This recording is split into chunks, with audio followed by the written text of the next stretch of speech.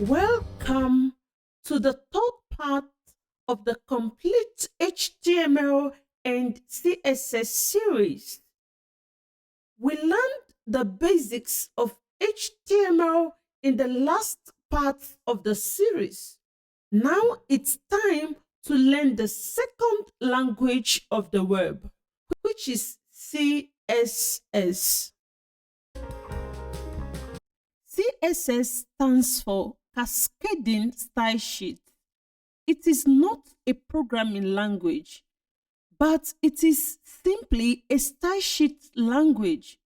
If you look at the left, this is exactly how we left the portfolio project at the end of the HTML part.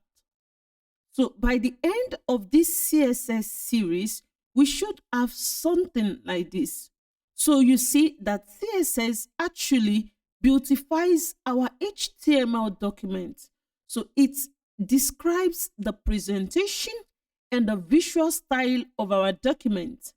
Relating HTML and CSS again to a building, we could say that HTML represents the structure of the building, while the CSS represents the painting, the decoration, and everything that beautifies the building.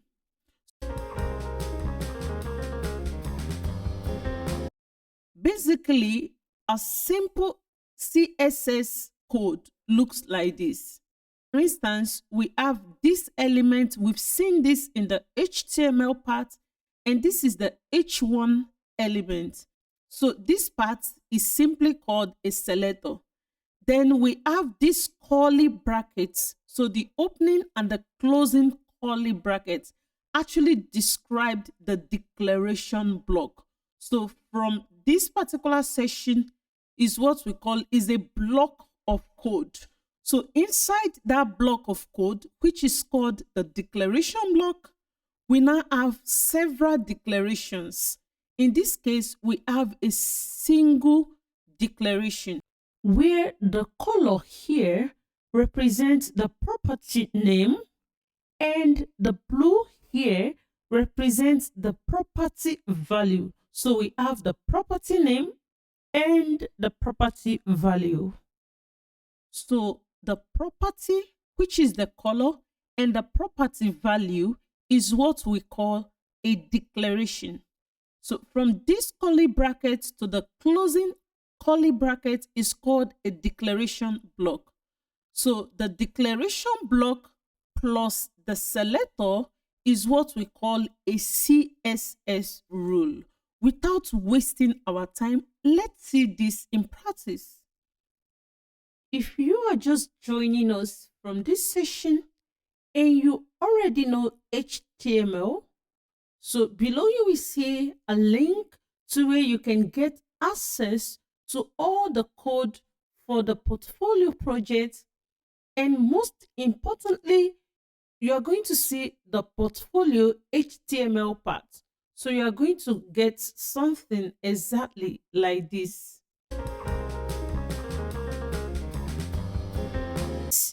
How can we actually add CSS to our HTML document? There are three ways we can do this. We have what we call the inline CSS, we have the internal CSS, and the external CSS. So let's pick these one after the other.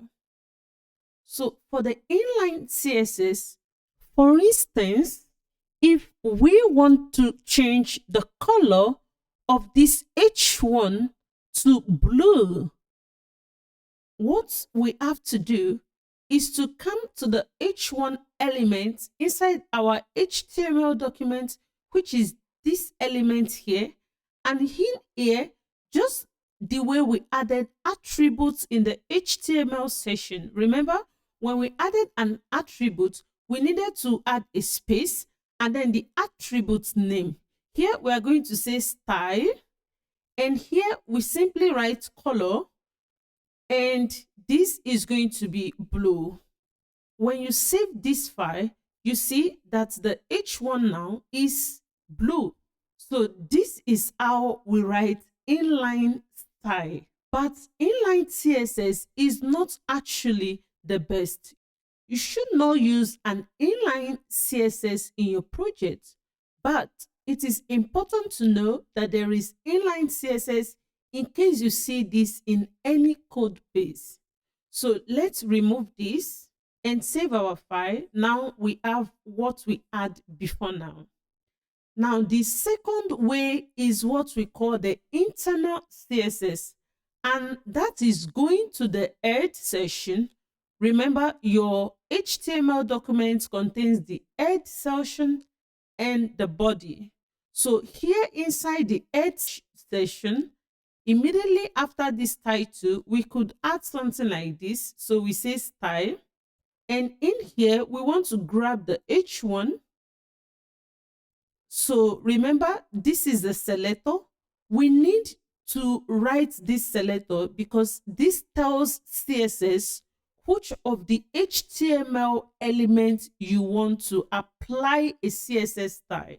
So in this case, we are selecting the H1. And here, we simply want to use the color property, and we are going to set the value to blue. So when you save this, you see that this also changes to blue. Now, what have we just done? This here and what we did before. Initially, we added the style in here. Now we separated our CSS, we separated it, and we're writing everything up here. So this encoding is exactly what we call separation of concerns. But still, what if we need to style everything on this page and we now have much CSS code? So that means this single file is going to be very, very long, and is going to make the document very difficult to read, because here we are now going to add much CSS. And this leads us to the third way, which is what we call the external CSS. So now we can simply remove this from the head and save our file. We return back to the previous state. To add an external CSS, as the name implies, we need to create an external file. Just the way we have a file.html, we need to create another one, and this we are going to call it the style.css. So in here, we now need to write our CSS code.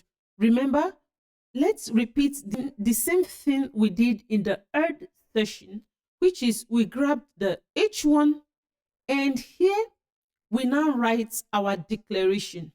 Note that in here, we don't need to write style as we did in the head session. This is because we already created a separate file, and this is our style sheet now. So inside our style sheet, we now put all our CSS rules. So the style sheet is going to be a file that contains many CSS rules, as much as we want. So in here now, we need to add a declaration. In this case, it is the color property, and we want to set it to blue. When we save this file, you notice that the text is still the normal color. It is not blue. Why? Looking at this, we selected the H1 element and we styled it. But the problem is there is no relationship between this document and this document. They are separate documents. We need a way to tell our HTML document to actually use the styles in this particular CSS document. That is going to lead us to yet another new HTML element, and that is the link element. Just this way. So here we can add what we call the link element, just like this. The link element is also like a void element. But in here, we now need to use another attribute, which is the href. Remember, so from the hyperlink here, we use this href attribute. So the common mistake sometimes is to actually use this link in place of this hyperlink. And the tag is what we call the anchor tag. But to link a particular document, in this case, we want to link our CSS document to our HTML document, we need to use this particular one, which is the link. So in here, we now need to specify style.css. Just this way, we use the href attribute to describe where we want to go to. So here we need to use the href attribute to specify the file containing the styles, which is the style.css. And after this, we have another attribute, which is the rel attribute. And what this does is simply to tell our HTML document even ahead of time that this is a style sheet. So here we simply write style sheet. And now when you save this file, you see that the H1 is now blue. These are the three ways you can actually use CSS in your HTML document. But the recommended way is actually using the external CSS. The internal CSS, that is adding your CSS tag inside this edge element, is actually useful only if you are working on a very small project. But if you are working on a standard project, the normal way in real world situation is to use the external CSS. So now let's continue with styling the text element. Previously, from our HTML document, we selected this H1. Now let's go back to our style sheet, and remember, for this to work, we already linked our style sheet here. So this is how we are going to be using our style sheet and our HTML document in the rest of the project, both the portfolio project and also the Upwork landing page. So now let's assume we want to increase the size, the font size of this H1 element. Here we can simply write font size, and now we need to specify the property value. So each property name takes a different type of value, such as keyword, length. In this case, we need to pass length. For instance, if we specify 32 pixels and save this file, you see that the font actually increased. So this is yet another declaration. So inside this declaration block, we can add as much declaration as needed. Now let's look at another property. So now let's select the font family. Just like the normal Microsoft document, we can specify font family. We can also do the same thing in CSS, but the difference is you cannot just use a font family that is already installed on your computer. This is because some other person that is going to use your website, for instance, if you look at this portfolio website, you also have access to this portfolio website wherever you are.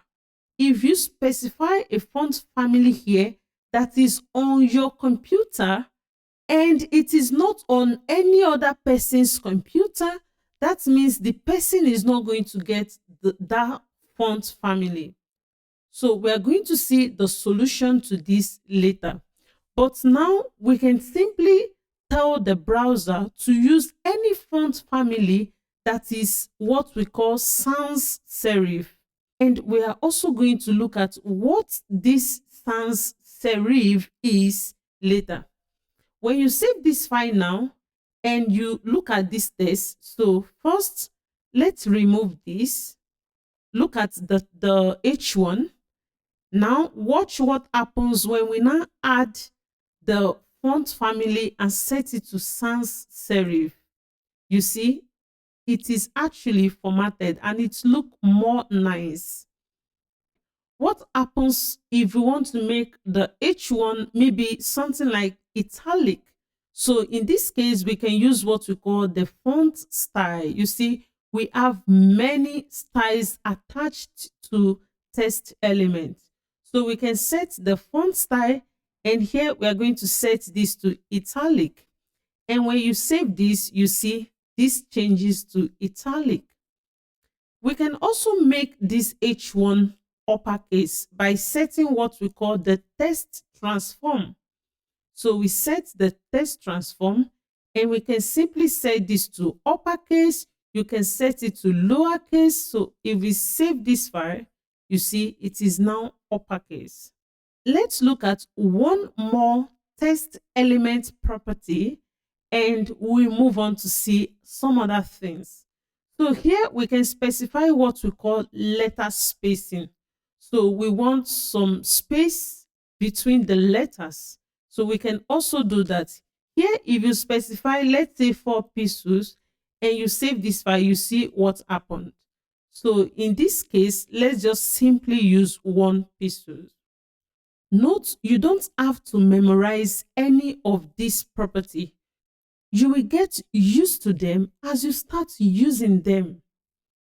Let's move on and style all our H2, which is my services, my work, and the contact me, and the contact me.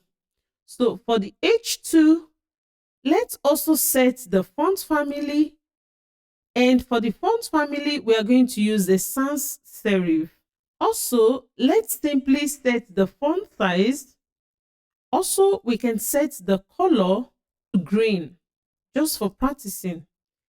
So now you see that the style is being applied to all the H2 in your HTML document. Now let's grab the paragraph. So this here is a paragraph. If you go back to the document, we have this paragraph. So let's also grab the paragraph, and to style the paragraph, you simply write the element name as a selector. So for the paragraph, let's also set the font family to sans serif. So now note that the default is what we call serif. When you save this, you see that this does not change, because by default, the font family is serif. Also, by default, the font size is 16 pixels. So here, instead of using the default font family, for now, let's use sans serif. And remember, we are going to know more about this very soon. Let's also increase the font size. Let's simply set it to 20 pixels. And now let's look at another property, and this is what we call line height. And what does this do? Line height, just as the name implies. So here we only need to specify a number. So for instance, if we say 1.7 and you save this file, you see there is a space between each line, and that is what the line height does. So also, let's just add a color, and for now, let's say red. You see, when you do this, all the paragraph, because in this case, you are selecting all the paragraph. So selecting the elements like this, in this case, we call this element selector. If we go to our HTML document, inside this first paragraph, you note that we have an element, which in this case is a strong element. In our style sheet, we did not select the strong element. The strong element is inside the P, so the paragraph in this case is a parent to the strong element, and this leads to what we call inheritance. So the strong element simply inherits the styles applied to the parent element, and this is because of inheritance. Let's also grab our H3 element, and let's also set the font family to sans serif. So now you see our H3.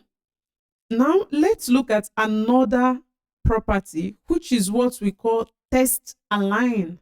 Just like in Microsoft Word, if we want the H3 to be at the center, we simply use a property called text align. And what this does, if you use center, is going to simply do just what the name implies. And now you see that all the H3 are the center of the page. Last one we need to look at is this list element here, because it is also a text element. So let's see how we can style the list element. Going back to our document, here you see we have this unordered list, the UL, and in here we have the LI. So first we need to grab the UL, and for the UL we now need to look at another property which is called the list style. So we grab the list style property, and here let's set it to none, and this is going to remove the dot. Now let's grab the LI inside the UL. So this is going to style all the LI inside the unordered list. So here let's set the font family, and we're also going to set this to sans serif. Also, let's set the font size. So now let's use 18 pixels. So now our page looks like this. Now, if you look at the CSS code we have written, you will simply notice that we repeated this font family property, and we use the same value, and we've repeated ourselves almost everywhere, and this leads us to what we call combining selectors. So instead of repeating ourselves everywhere, we can remove all the font family here. So let's remove everything. Also from here, we remove it and save this file now. You see, we are back to the normal look. So what we can do, let's remove this space.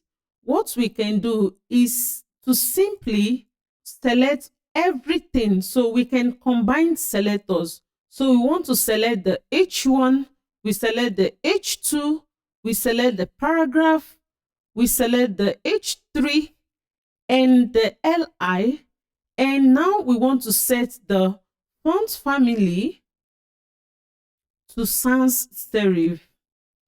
When you save this file, you see the change. Now the style is being applied again. But in this case, we actually saved many lines of code. So this here is what we call combining selectors. You simply write the name of the selector. In this case, we are grabbing the H1 element, and this H1, H2, everything we've written on this page is what we call the element selectors. So H1 is an element, paragraph is an element, so they are element selectors. So to combine them, you simply write the selector and you separate them by comma. So this is what we call combining selectors. Now let's remove this color from the paragraph and save this file again. But we only want to make this strong element here red. We only want to make this red. So we can also do another thing. look at another way we can select our element. So if you look at the HTML document, this is the paragraph, and this is the strong element inside the paragraph. We can simply write the paragraph and give a space. And here now we can write the strong element inside the paragraph, and we want to set the color to red. When you save this file, the paragraph is not red, but the strong element here is red. This way is what we call the descendant selector. We are simply saying any strong element inside a paragraph sets the color to red. So this is a descendant selector, and this here is combining selectors. It is different from saying paragraph, comma. When you do this, all the paragraph and all the strong elements are going to be red, just as you see on the page. I hope this is clear. But let's look at something. What if I have a strong element inside another paragraph in my HTML document, but I don't want the color to be red? So in the future, if somebody comes to this page and add another paragraph, here let's just say Lorem 7, and I now add a strong element here. For instance, here, if I add a strong element, and here let me just say hello, I save this file. So I have another paragraph, and you see immediately this strong element actually turns red. Why? Because we are using what we call element selectors. We are simply selecting any strong element at all, anywhere in the body of our HTML document. Once there is a strong element inside the paragraph, it's going to be color red. How do we actually avoid this? The question is it possible to actually assign a special name to this paragraph so that only the strong elements in this particular paragraph will become red? And the answer is yes. This leads us to what we call using classes and IDs. So what are classes and ID selectors? For example, inside this paragraph, we can add another attribute, and it is simply called ID. Here we can equate this to maybe hero test. So let's say hero test, and save this file. So now let's go to our style.css, and in here, instead of writing P here, writing P here means you are using the element selector.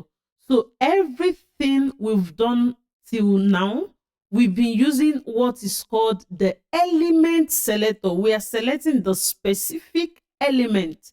So in this case, instead of selecting the element, we are going to simply select the ID. So we are going to select this paragraph using the ID. And in this case, we called the ID. Remember, this is the attribute name and this is the attribute value. So here it is the hero test. So here we simply write hero test. Note, if you write it like this, it means you are actually selecting an element, and hero test is not an element, it is an ID attribute. So here you simply add the hash symbol.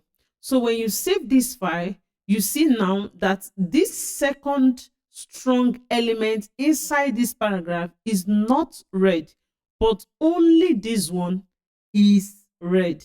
This is how we can select just exactly what we want to style. Now, apart from the ID selector, we also have what we call class. So here we can also write another attribute called class. Here, let's just call it subtext. Let's go back to our style sheet, And we now need to select the subtext, and we want to style the strong elements. So inside this paragraph, we are selecting it with this, and we have a strong element also, just the way we have it here. So in here, we want to select the strong element, but remember, this is not an element, it is just an attribute, and in this case, a class attribute. For the ID, we use the hash symbol. For the class, we simply use dot. And now we want to set the color of this one. For instance, we can set the color to green. So when you save this file, you see that this actually changes to green. Next question is, when do we use classes and when do we use IDs? We are going to look at something very important later. But the main difference between this ID and the class is that ID, just from the real world situation, identity, when you use an ID, it is unique. So I can't come to this particular paragraph and add the same ID of hero text. So if I do this, this is wrong. I can't do this. And now you even see something happening here, that the ID, we have the subtext, we have the hero text, and we have styled the subtext to be green.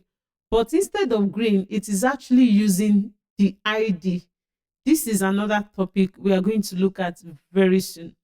But using the same ID, hero text and hero text, is actually wrong. Most times in many HTML documents, for the style selectors, you will mostly see classes. So for class, you can use multiple. So here now I have class of subtext. I can come to this particular section, or inside this H2, I can also add a class of subtext. And I can add this to as much places as I want. So I can have a simple class for as many elements as I want, but I only need to have a single ID. This is very important to note.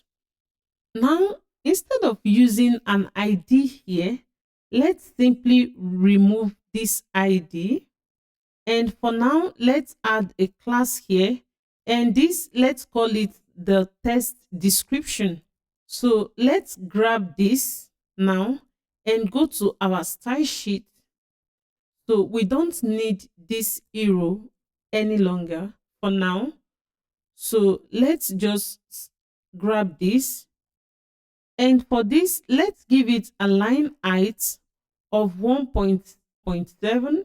And let's change the font size to 24 pixels. And let's save this. Now you see that inside our HTML document, we add this paragraph. Now we gave it a class and we are now styling it using the class. But up here, we actually styled all our paragraph, including this particular paragraph. And this means that we are actually applying styles on this particular paragraph multiple times. The question is, which of these is being applied to this particular paragraph? The answer is all the styles are actually applied. So this is applied and this is applied. But the thing is, which one can we actually see currently? Remember, the document is read from up to down. So in this case, this one is the last one. So if you increase the size here to, let's say, 60, and you save this, you see what happens. So the last one is being applied, but it does not just work like this in CSS, because we also have what we call the specificity. So the class, the elements, the IDs, all these selector actually have different specificity. even if the selector is at the beginning or at the middle. But for now, just see it that for this paragraph here, the font size is 20 pixels and the line height is 1.7. Then later, we changed it to this particular rule here. So later, we are going to look more into when we use an ID, when we use a class, and when we use an element selector. Is there a conflict between all these selectors? And what is the best practice in a real world situation? So we are going to look at this very soon.